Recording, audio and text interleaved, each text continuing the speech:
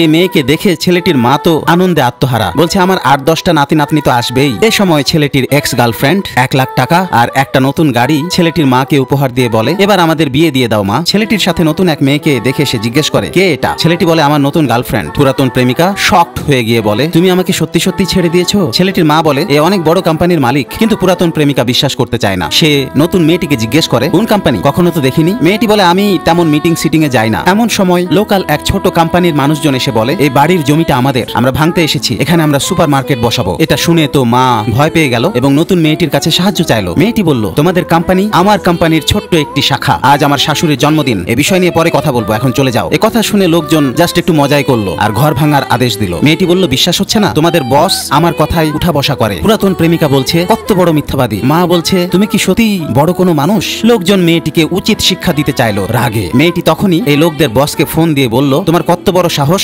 আমার শাশুড়ির বাড়ি ভাঙতে পাঠিয়েছো? লোকটি বলল, আমি তো জানতাম না। মেয়েটি বলল, তোমার মানুষজন এখানে আছে। সে তার লোকদের ধমক দিয়ে বলল, হাঁটু গেড়ে বসে মাপ চা। এভাবেই মেয়েটির আসল পরিচয় প্রকাশ পেল। সবাই অবাক হয়ে গেল এবং ছেলেটির পরিবারকে বিপদ থেকে বাঁচিয়ে দিল। দর্শক, ভালো থাকা হয় জানো, আর লাইক, কমেন্ট, সাবস্ক্রাইব